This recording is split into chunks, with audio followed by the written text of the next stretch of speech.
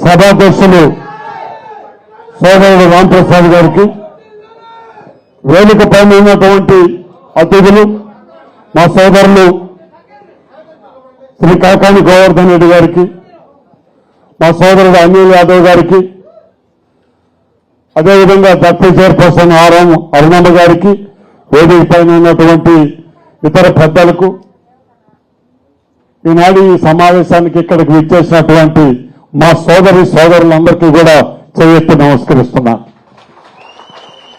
ఈరోజు జగన్మోహన్ రెడ్డి గారి ఆలోచన మేరకు పెద్దలందరి సమావేశంలో రూరల్ నియోజకవర్గానికి సంబంధించి నాకు ఒక అవకాశం ఇవ్వాలనేటటువంటి ఆలోచనతో పెద్దలు జగన్మోహన్ రెడ్డి గారు తీసుకున్న ఈ నిర్ణయానికి వారికి సదాన కృతజ్ఞతతో ఉంటూ మా సోదరులైనటువంటి అక్కడ ఉన్నటువంటి సమావేశంలో ఉన్న పెద్దలందరూ కూడా నేను నమస్కరిస్తున్నానని మనం చేస్తున్నా. మీ అందరికీ ఒక విషయం నేను మనవి చేయదలుచుకున్నా. మనం వైఎస్ఆర్ కాంగ్రెస్ పార్టీలో గతంలో కూడా గెలిచాము. రూరల్లో తెలుగుదేశం అధికారంలోకి వచ్చిన రోజు కూడా వైఎస్ఆర్ కాంగ్రెస్ పార్టీయే గెలిచింది. ఇక్కడ ఆ రోజు ఉన్నటువంటి శాసనసభ్యుడే మళ్ళీ అధికారంలోకి వచ్చిన రోజు గెలిచాడు. మళ్ళీ ఈరోజు అదే వ్యక్తి అవతల పార్టీలోకి పోయి మళ్ళీ అతనే ఈరోజు గెలిచి మన ముందున్నాడు. ప్రజల నిర్ణయం, ప్రజాభిప్రాయం అనుసరించి మనం పోయేటటువంటి కార్యక్రమాల్లోనే ప్రతి ఒక్కరూ కూడా మనం ఏదైనా పొరపాటు చేస్తుంటే వాటిని సరిదిద్దుకొని పార్టీ నాయకుడికి అండగా నిలబడి, అవకాశం ఇచ్చినటువంటి పెద్దలకి తోడుగా నిలబడి, కార్యకర్తల మనోభావాలు దెబ్బతినకుండా వాళ్ళకి ఆసరాగా ఉండాల్సినటువంటి వ్యక్తులు స్వార్థ రాజకీయాలకి ఈరోజు డబ్బు సంపాదనకో మరిక ఏ ఇతర ఆర్థిక ప్రయోజనాలకో లేకపోతే వారి రాజకీయ ప్రయోజనాలకో పార్టీలు వదిలి వెళ్ళిపోవటం చూస్తున్నాం. మీ అందరికీ తెలిసిందన్న అదాల ప్రభాకర్ రెడ్డి గారు నిలబడ్డారు. మొత్తం కార్పొరేటర్లు అందరూ ఇక్కడే ఉన్నారయ్యా. అందరూ మేము చేస్తున్నామయ్యా నీకన్నారు. నన్ను వాళ్ళకే అధికారం ఇచ్చారు, వాళ్ళని ఎలక్షన్లు చేయమన్నారు. అదేవిధంగా గ్రామాల్లో ఎవరెవరైతే ఉన్నారో వాళ్ళందరికీ కూడా జవాబుదారీ ఇచ్చి మనం పనులు చేయమని అంటాం. అందరం కూడా చూసాం. ఒకవేళ ప్రజాభిప్రాయం వేరుగా వచ్చినంత మాత్రాన ఈ నాయకులు ఎందుకు వెళ్ళిపోయారని నాకు అర్థం కాల. మేము ఈరోజు ఈ జనాన్ని చూసి ఇక్కడ ఉన్న జనానికి మూడింతలు బయట ఉన్నారు. నాయకులు మాత్రమే స్వార్థ ప్రయోజనాలకి వెళ్ళిపోయారు తప్ప కార్యకర్తలు ఒక్కడు కూడా వెళ్ళిపోలేదండి. ఈ వెళ్ళిపోయిన నాయకులందరికీ నాకు తెలిసి భవిష్యత్తు ఈ కార్యకర్తల చేత పన్నులు ఉన్నాయి. తంటారు నిజంగా మీకే అనుమానం వల్ల మీరు సంపాదించుకుంటే మీ ఇళ్లలో దాచిపెట్టుకుంటారా పెద్ద మనుషులారా? ఏమన్నా పార్టీకి పంచారా లేకపోతే కార్యకర్తలకు పంచారా? ఈ స్వార్థమే ఎంతసేపు కూడా రాజకీయాల్ని కలుషితం చేసేటటువంటి పరిస్థితి చూశాం.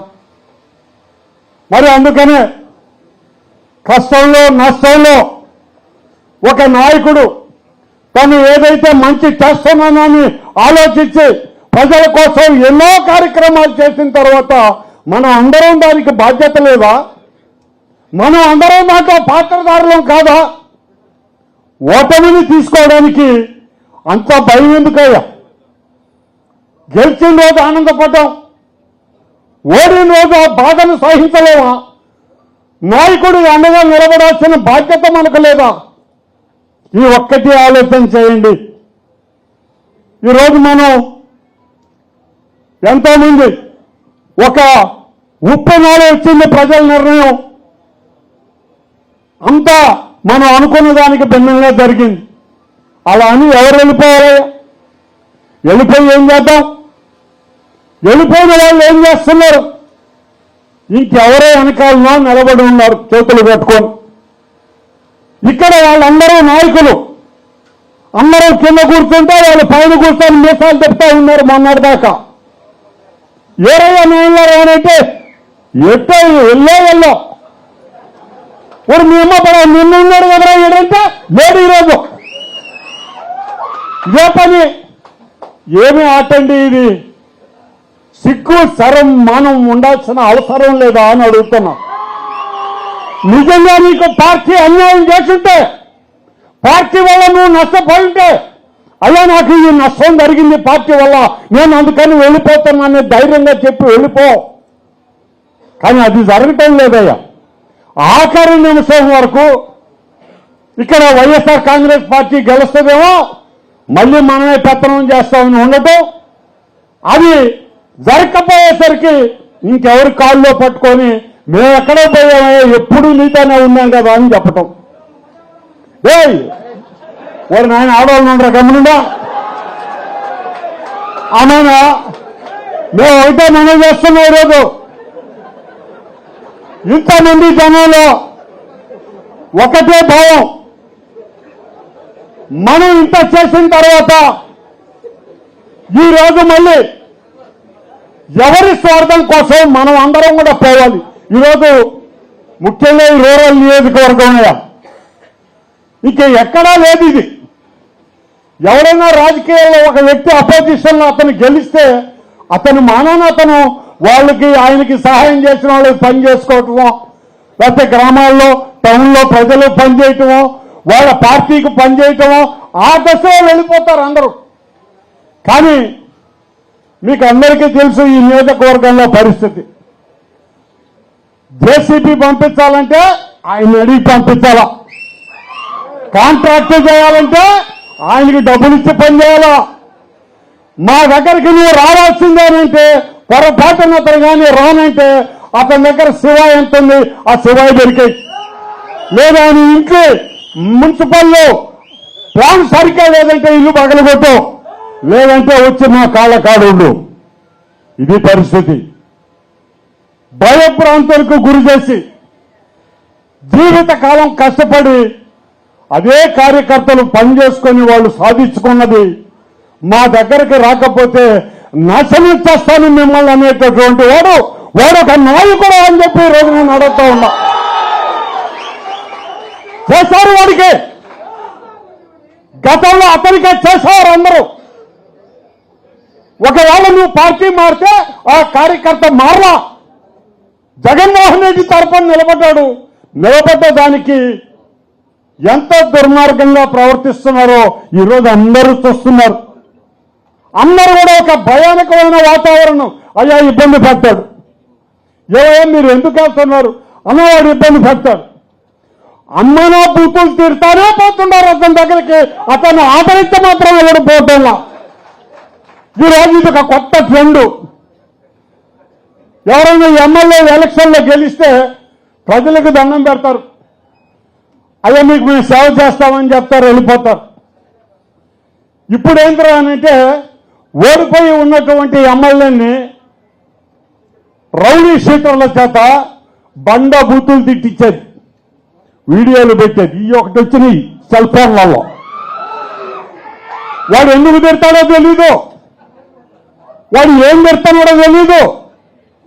నోటికి వచ్చినంత చెడ్డ మాటలు మాట్లాడుతా అవమానకరంగా ఆ ఓడిపోయినటువంటి అభ్యర్థిని హననం చేసేటటువంటి పరిస్థితుల్లో ఇప్పుడు ఉండేటటువంటి రాజకీయ నాయకులు ప్రవర్తన మనం అందరం చూస్తున్నాం. తాగిచ్చేది, మాట్లాడేది, తిట్టించేది. ఎవరు పోతారు నాయన? అందరూ పోతారా వాటికి? అందరూ పోగలరా పనులకి? పోలేరయ్యా. ఏం చేస్తారు? అందుకనే ఎవరు ఏ మాట మాట్లాడాలన్నా, ఎవరు తన అభిప్రాయాన్ని చెప్పాలన్నా ఆ పాడుద్రపు గుంపు ఏం చేస్తుందో తెలియదు, ఏమంటుందో తెలియదు. ఎందుకబ్బా మనం ఇంట్లో కూర్చుంటామని కూర్చొని ఉన్నారు. నేను ఒకటే చెప్తున్నానయ్యా, దెబ్బకి దెయ్యం వదులుతుంది. రంధ్రమైన బతికే ఎవడైనా సరే కార్యకర్తలు జోలికొచ్చిన మా నాయకుల జోలికొచ్చిన తాత తీద్దామని చెప్పుకోవడం మనం చేస్తా ఉన్నాం. వందల మంది ఉన్నాం, వేల మంది ఉన్నాం జగన్మోహన్ రెడ్డి గారిని నమ్ముకొని. ఇంత అవమానకరమైన పద్ధతి, ఇంత అసభ్యకరమైనటువంటి పద్ధతి ఈ రోజు రాజకీయ వ్యవస్థలో వస్తే క్షేమదాయకం కాదు. ఎవరు కూడా సమర్థించాల్సినటువంటి అవసరం లేదు. ఒక చిన్న ఉదాహరణ చెప్తానండి. ఎవరు ఎంత తొందరపడి మాట్లాడతారో చూస్తున్నాం. ఈరోజు ఇక్కడ ఉండేటటువంటి మున్సిపల్ చట్టంలో పాత కటౌట్లు కానీ అవన్నీ ఉంటే కోసేస్తామని చెప్పారు. మరి బైపాస్ లో పవన్ కళ్యాణ్ గారి కటౌట్ ఉంది, ఎంతో కాలం నుంచి ఉంది, మేము చూస్తా వస్తాం రోజు. మున్సిపాలిటీ వాళ్ళు తీసేశారు. ఈ ప్రోగ్రాంకి మా కార్యకర్తలు కొంతమంది మా ఫ్లెక్సీలు కట్టడానికి వస్తే మున్సిపాలిటీ వాళ్ళు అక్కడ కట్టమన్నారు. రేపు పొద్దున్నే తీసేయండి అన్నారు. మంచిదయ్యా అన్నారు. కట్టుకొని పోతే కనీసం వాస్తవం తెలీదు, ఎవరు తీశాడో తెలీదు. జనసేన నాయకులని కొంతమంది పిల్లకాయలు వచ్చారు. మా కట్అవుట్లు ఎందుకు తీశారంట. మా వాళ్ళు చెప్పారయ్యా, అదే మున్సిపాలిటీ వాళ్ళు తీశారండి, మేము కాదు. ఖాళీ స్థలం ఉంటే మేము కట్టుకున్నాం. మీరు కావాలంటే సీసీ ఫుటేజ్ అయినా చూడొచ్చు. మున్సిపల్ కార్మికులు దాన్ని తొలగించేది మీకు కనపడుతుందంటే ఆ మాట వినిపించుకోకుండా నోటికొచ్చినటువంటి మాటలు మాట్లాడతా చూస్తాం చేస్తామనే బెదిరింపు మాటలు మాట్లాడటం జరిగింది. మేము ఒకటే చెప్తున్నాం, మేము సంయమనం పాటించాం. అక్కడికి వచ్చిన వాళ్ళలో చాలా మంది మాకు తెలుసు. వాళ్ళు పిల్లలు ఉన్నప్పుడు మా ఇళ్ల దగ్గర ఉన్నాళ్ళు, చిరంజీవి ఫ్యాన్స్ గా ఉన్నటువంటి వాళ్ళు, వివేకన్న నారాయణతో తిరిగిన వాళ్ళు కూడా ఫోన్ చేశా ఏం పద్ధతి అయ్యేదని. లేదన్నా పొరపాటు అయిపోయింది, వాళ్ళు ఏదో తెలియక చేశారని అంటున్నారు. మేము ఒకటి చెప్తాం, ఒక రోజు ఉన్నట్టు ఒక రోజు ఉండదు అయ్యా. ఒక రోజు ఉన్నట్టు ఒక రోజు ఉండదు. కాబట్టి ఎవరైనా సరే రాజకీయాల్లో ఆ సంయమనం పాటించి తీరాల్సిందే.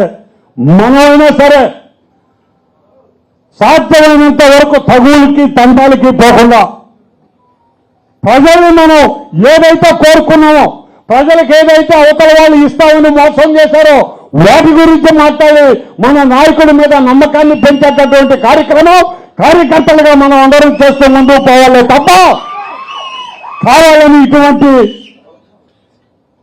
ఈ లక్కోరు పనులు మనకు అవసరంగా.